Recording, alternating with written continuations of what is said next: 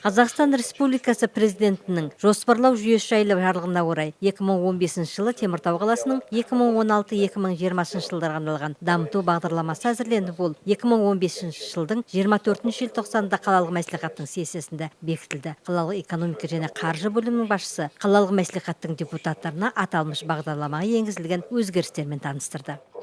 Основанием для внесения предлагаемых изменений в программу развития города Темиртау на 16-20 годы явились 2016-2020 жылдарға арналған Теміртау қаласын дамыту бағдарламасына өзгертулер мен толықтырулар енгізуге негізгі себептер олар 2018-2022 жылдарға арналған облыстың әлеуметтік экономикалық дамуының болжамы. Қазақстан Республикасы ұлттық экономика министрлігінің 29 маусымдағы 2017 жылдың базалық тізіміне өзгерістердің енгізілу бұйрығына орай болды. Теміртау қаласының 2016-2020 жылға арналған дамыту бағдарламасына өзгерістер мен толықтырулар енгізу жоғарыдағы облыстық департаменттер мен басқармалармен келісілген.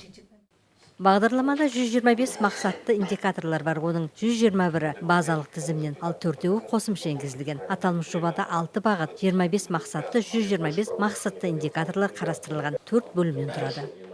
Паспорта программы, анализа текущей ситуации. Бағдарламаның толық жаты ағымдағы жағдайдың 3 жылға 2014-2016 жылдар мен 2017 жылдың 9 айына арналған сараптауы, негізгі индикаторлардың мақсатты бағыттары, жетістіктері, бағдарламаны жүзеге асырудың негізгі ресурстары. Экономика саласына 41 мақсатты индикатордан тұрады.